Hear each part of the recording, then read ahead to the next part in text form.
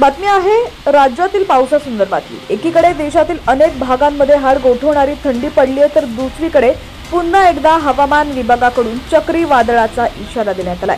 पुढील एक आठवड्यात देशभरातील अनेक भागांमध्ये थंडीची लाट कायम राहणार आहे। काही भागांमध्ये दाट धुकं पडणार असून काही भागांमध्ये अति मुसळधार पावसाचा अंदाज वर्तवण्यात आलाय।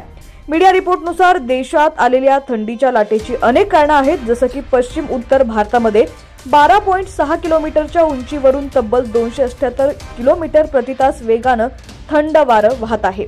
त्यामुळे पूर्ण उत्तर भारतात हिमसंकट पाहायला मिळत असून देशातील हा भाग गारठलेला आहे।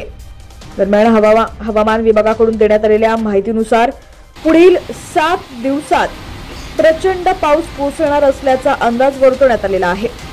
कोणकोणत्या भागात हा पाऊस बरसणार आहे पाहूयात। त्याआधी तुम्ही HPN मराठी न्यूज चॅनल पहिल्यांदाच पाहत असाल आणि अजूनही चॅनलला सबस्क्राइब केलं नसेल तर नक्की सबस्क्राइब करा, जेणेकरून आमचे अपडेट्स लवकरात लवकर तुमच्यापर्यंत पोहोचतील।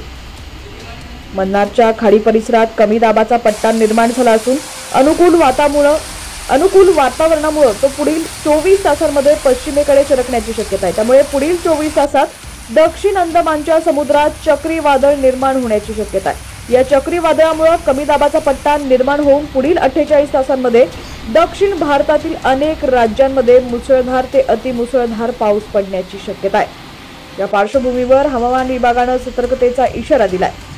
हवामान विभागाकडून देण्यात आलेल्या माहितीनुसार पुढील 7 दिवस पंजाब, जम्मू काश्मीर, लडाख, हरियाणा, चंदीगड, उत्तर प्रदेश, मध्य प्रदेश, छत्तीसगड, राजस्थान आणि बिहारमध्ये कडाक्याची थंडी पडणार आहे, तर दुसरीकडे ओडिशा, पूर्व उत्तर प्रदेश, आसाम, मेघालय, नागालँड, मणिपूरमध्ये दाट धुकं पडणार असून दक्षिण भारतातील राज्यांमध्ये अतिमुसळधार पावसाचा इशारा देण्यात आलाय।